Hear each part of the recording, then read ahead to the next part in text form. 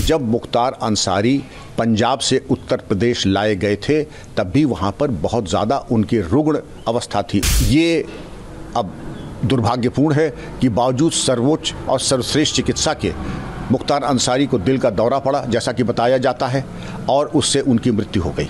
समाजवादी बसपा वगैरह के पार्टी का जब टाइम आया तो फिर उस समय इन्होंने अपना आर्थिक साम्राज्य और आपराधिक जो इनका प्रभाव क्षेत्र था उसको बराबर बढ़ता गया। योगी जी जब आए हैं तब कानून का शिकंजा इन पर कसा गया है और जो पुराने केसेस थे उनमें इनका प्रोसिक्यूशन हुआ है।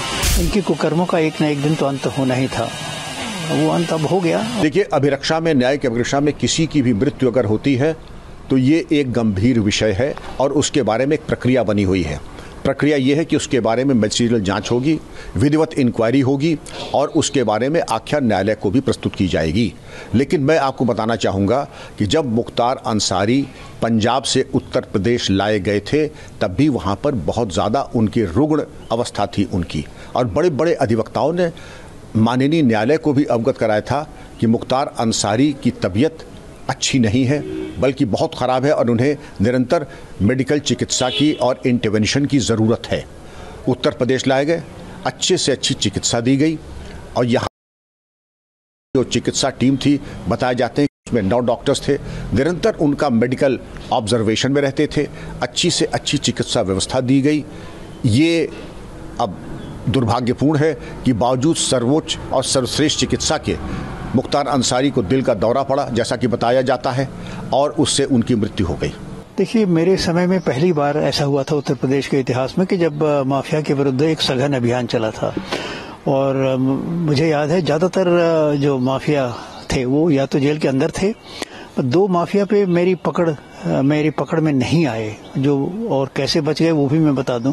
एक तो मुख्तार अंसारी थे, वो भूमिगत हो गए थे, अंडरग्राउंड हो गए थे। वो कहाँ है अता पता उनका कोई नहीं था।